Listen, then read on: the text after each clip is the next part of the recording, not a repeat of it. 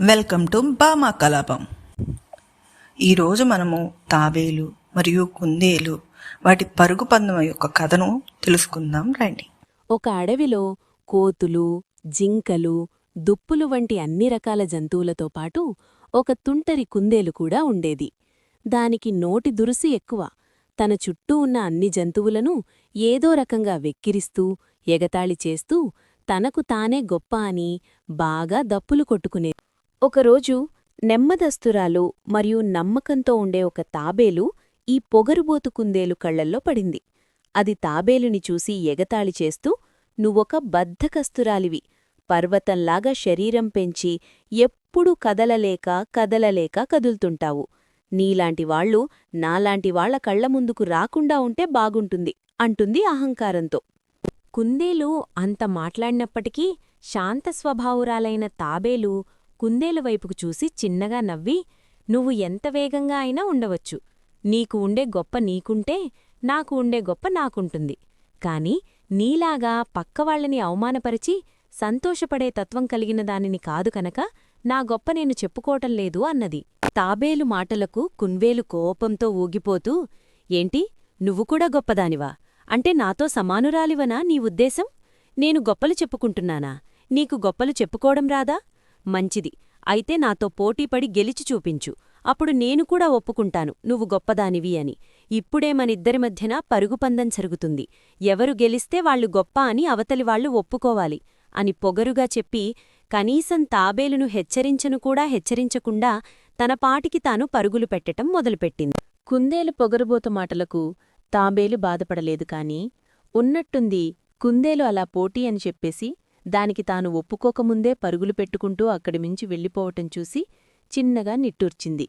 కుందేలు తొందరపాటు చర్యలకు తాబేలుకి ఇష్టం లేకపోయినా, అలాగే తాను పరుగుపందెంలో కుందేలుతో పోటీపడలేను అని తెలిసినా కూడా పోటీ అన్న తర్వాత పాల్గొని తీరవలసిందే. తర్వాత సంగతి తర్వాత అనుకుని తాను కూడా నిదానంగా నిబ్బరంగా నడవటం మొదలుపెట్టింది. కుందేలు స్వతహాగా వేగంగా పరిగెత్తే సామర్థ్యం కలిగినది మరియు తాబేలు కంటే ముందుగా పరుగు మొదలుపెట్టటంతో క్షణాలలోనే అది చాలా దూరం పరిగెత్తి వెళ్ళిపోయింది.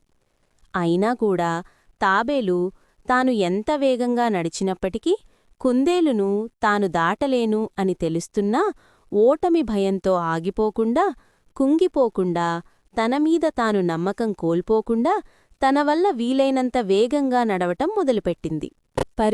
పరిగెత్తి కాసేపటికి అలసిపోయిన కుందేలు ఎండవేడికి ఒక చెట్టు నీడ చల్లగా అనిపించటంతో దాని కిందికి వెళ్లి కాసేపు కూర్చుందాము అనుకుంది. కాని ఆ చల్లదనానికి దానికి కళ్ళు మూతలు పడటంతో తాను వచ్చిన దారివైపుకు ఒకసారి చూసి ఎక్కడా తాబేలు జాడ కనిపించకపోవటంతో తాబేలు నిదానంగా నడుచుకుంటూ వచ్చేసరికి చాలా సమయం పడుతుందిలే అనే నిర్లక్ష్యంతో ఆ చల్లటి చెట్టు నీడన గాఢమైన నిద్రలోకి జారుకుంది. కాసేపటికి మెల్లిగా నడుచుకుంటూ వస్తున్న తాబేలు దారిపక్కన నిద్రపోతున్న కుందేలును చూసి, "పరుగుపందేమని చెప్పి నిద్రపోతుందేమిటి?" అనుకొని, "అయినా ఇది కూడా నా మంచికేలే. ఈరోజు ఎలాగైనా కుందేలులోని పొగరును దించి నిజం తనకు అర్థమయ్యేలాగా చెయ్యటానికి తానే నాకు అవకాశమిచ్చింది" అనుకొని కుందేలును దాటి ముందుకు వెళ్ళిపోయింది. తాబేలు వదలని పట్టుదలతో ఆ మధ్యాహ్నపు ఎండలో చెమటలు కారుతున్నా లెక్క చెయ్యకుండా ముందుకు నడవటమే తన ధ్యేయంగా ఎక్కడా ఆగకుండా ముందుకు నడుస్తూనే ఉంది. అలా నడుస్తూ ఉన్న తాబేలుకు కాసేపటికి దూరంగా పరుగుపందెం పూర్తిచేసే గమ్యం కనిపించటంతో మరింత ఉత్సాహంగా తన గమ్యం వైపుకు నడవటం మొదలుపెట్టింది. కాసేపటికి నిద్రలేచిన కుందేలు అటూ ఇటూ చూసి అప్పటికే సాయంత్రమైపోయింది అని గ్రహించి తన పరుగుపందెం గుర్తుకు వచ్చి కంగారుగా లేచి మళ్లీ పరుగులు తీయటం మొదలుపెట్టింది. కుందేలు ఎలా అయినా విజయం తనదే. ఆ తాబేలు నిదానంగా నడుస్తూ ఇంత దూరం అస్సలు వచ్చుండదు. నేను పడుకుని నిద్రపోయి లేచి సాయంత్రానికి వెళ్ళినా కూడా విజయం నాదే. ఆ తాబేలుకు బాగా బుద్ధొస్తుంది ఈరోజు నా గెలుగుపుతో అనుకుంటూ వేగంగా పరిగెత్తడం మొదలుపెట్టింది. కాసేపటికి గమ్యస్థానం కనిపించేంత దూరంలోకి కుందేలు వచ్చేటప్పటికి తాబేలు అప్పుడే గమ్యాన్ని చేరుకుంటూ కనిపించింది. దానితో కుందేలు అదిరిపోయి ఇంకా వేగంగా పరిగెత్తటం మొదలుపెట్టింది, ఎలాగైనా తాబేలు కంటే ముందే గమ్యానికి చేరుకోవటానికి. కాని అప్పటికే ఆలస్యమైపోయింది. కుందేలు వచ్చేలోపలే తాబేలు గమ్యస్థానానికి చేరుకుని విజయగర్వంతో కుందేలు వైపుకు తిరిగి చూసింది. తాబేలు పోటీ గెలిచినప్పటికీ ఏమాత్రం అహంకారం చూపకుండా కుందేలుని చూస్తూ, "నువ్వు వేగంగా పరుగుపెట్టటంలో నాకంటే ముందు ఉండవచ్చు. కాని ఈరోజు నీ నిర్లక్ష్యం వలన నేను ఎలనో ఈ పోటీ గెలవలేను అని నా గురించి తక్కువగా ఆలోచించి నిద్రపోయి నీ ఓటమిని నువ్వే కొని తెచ్చుకున్నావు. కాని నేను గెలుస్తాను అన్న నమ్మకం లేకపోయినా కూడా పట్టుసడలని విశ్వాసంతో నడిచి నడిచి చివరకు వెలిచాను. అలాగే నేను కూడా గొప్పదానిని అన్నాను కదా, అది నియాయనంగా ఉన్నా సరే నిబ్బరంగా ఉండటంలో కూడా.